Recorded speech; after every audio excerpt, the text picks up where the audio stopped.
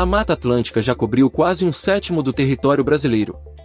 Hoje restam menos de 12% da cobertura original, espalhados em fragmentos que vão de reservas grandes a pequenos pedaços de mata cercados de cidade e lavoura. Mesmo devastado, é um dos biomas com maior concentração de espécies exclusivas do planeta, e boa parte só existe ali, em nenhum outro lugar da Terra. Neste vídeo você vai conhecer os 10 animais mais marcantes da Mata Atlântica brasileira, do 10º ao primeiro lugar. O primeiro colocado quase desapareceu por completo nos anos 70 e hoje é citado em livros de biologia da conservação do mundo inteiro. Vamos começar. Abrindo o ranking, a jacutinga, uma ave frugívora de porte grande que come frutos inteiros e espalha as sementes pela floresta ao defecar longe da árvore-mãe. O papel dela é insubstituível, é uma das poucas aves da Mata Atlântica com o bico grande o bastante para engolir sementes de palmeiras como o palmito jussara, e sem esse transporte a semente simplesmente apodrece embaixo da própria árvore. Foi caçada intensamente por décadas por causa da carne, e hoje já desapareceu de boa parte da área onde antes era comum, um fenômeno que pesquisadores chamam de floresta vazia. A mata continua de pé, mas sem os animais que garantem sua regeneração. Em nono lugar, o coati, um parente do guaxinim reconhecível pelo focinho comprido e móvel, que usa para remexer folhiço em busca de larvas, frutos e pequenos animais. A organização social é o que chama atenção. Fêmeas e filhotes vivem em bandos que podem passar de 20 indivíduos, enquanto os machos adultos vivem sozinhos boa parte do ano e só se aproximam do grupo na época de reprodução. Durante décadas, os machos solitários chegaram a ser classificados por engano como uma espécie diferente das fêmeas em bando, até naturalistas perceberem que eram o mesmo animal em fases sociais distintas. Oitavo lugar, o gato do mato pequeno, um felino silvestre do tamanho aproximado de um gato doméstico. Durante décadas, era classificado como a mesma espécie de um gato do mato do Cerrado e do Nordeste, até estudos genéticos publicados em 2013 mostrarem que na verdade eram duas espécies distintas, sem cruzamento entre elas na natureza apesar da aparência quase idêntica. O gato do mato pequeno ficou restrito à Mata Atlântica do Sul e Sudeste, e pesquisas já registraram até cruzamento natural dele com gatos domésticos em áreas de fragmento florestal perto de cidades, algo raro entre felinos silvestres brasileiros. Sétimo lugar, o bugio ruivo, um macaco de pelagem alaranjada com osso na garganta, o hioide, oco e ampliado, que funciona como câmara de ressonância. É esse osso que transforma o grito do bugio num rugido grave audível a vários quilômetros de distância dentro da mata fechada, um dos sons mais altos produzidos por qualquer primata das Américas. O rugido não é ameaça de ataque, serve para marcar posição e evitar que grupos vizinhos se encontrem por acidente, economizando energia que seria gasta em confronto físico direto por território e fêmeas. Sexto lugar, o tucano de bico preto, com um bico que pode ocupar quase 1/3 do comprimento total do corpo, mas pesa muito pouco. Por dentro, a estrutura óssea do bico é formada por uma rede de vigas finíssimas de queratina e osso organizadas quase como um favo de mel, cheia de espaço vazio, o que garante um bico grande e resistente sem sobrecarregar o animal em voo. Além de ajudar a alcançar e engolir frutos grandes que outras aves da Mata Atlântica não conseguem comer inteiros, esse bico também funciona como radiador. O tucano regula a própria temperatura corporal alterando o fluxo de sangue até a superfície dele. Quinto lugar, a preguiça de coleira, espécie de preguiça reconhecível por uma espécie de juba de pelos longos e escuros ao redor do pescoço, mais desenvolvida nos machos.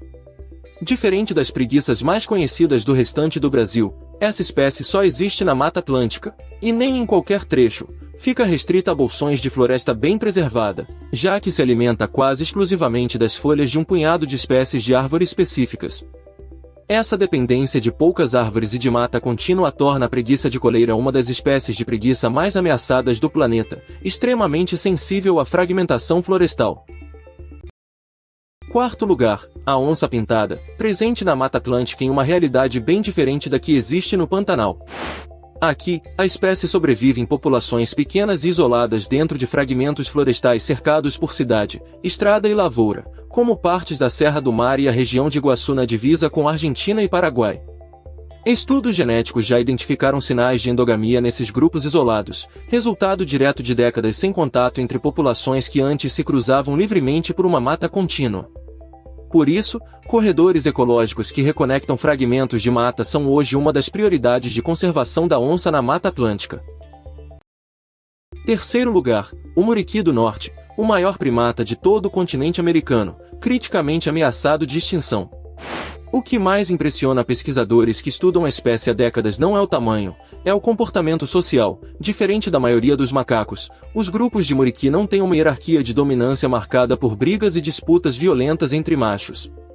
Disputas por comida ou por fêmeas raramente viram confronto físico, e abraços entre indivíduos são um comportamento social comum e frequente, o que rendeu à espécie a fama de ser um dos primatas mais pacíficos já estudados no mundo. Segundo lugar, o jacaré de papo amarelo, espécie diferente da que vive no Pantanal, reconhecível pelo focinho mais largo e arredondado e por uma mancha amarelada na garganta que dá nome ao animal.